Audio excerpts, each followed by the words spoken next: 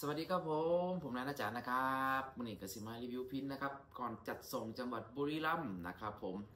เป็นพินไม้สักนะครับพินโป่งธรรมดานะครับรุ่นเซียนอ้วนนะครับผมพินจากค่าย101นะครับผมใบครูพงศ์นะครับผมลายสวยงามนะครับผมวันนี้ก็สิมาเทียบเสียงแบบสดๆให้ฟังนะครับผมก่อนจัดส่งนะครับเดี๋ยวสิมีติดโน้ตให้พร้อมนะครับติดโน้ตให้ฟรีนะครับผมจัดส่งฟรีนะครับผมราคา 2,290 บาทนะครับมาฟังเสียงสดๆนะครับวันนี้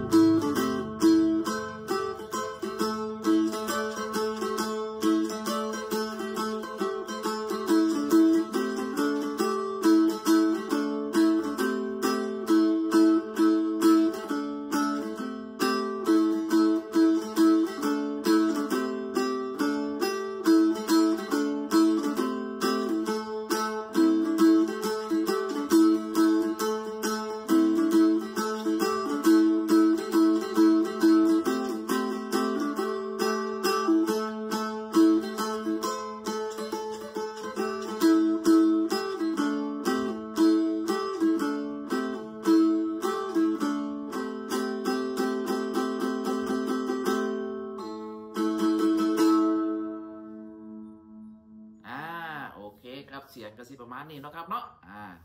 แจ้งราคาอีกรอบนึงนะครับราคา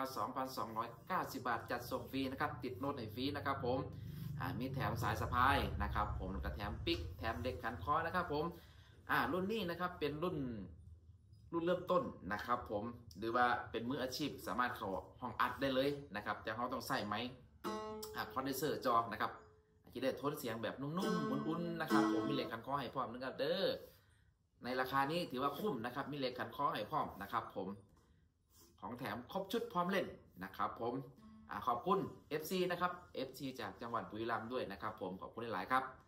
รอรับได้เลยนะครับขอบคุณครับ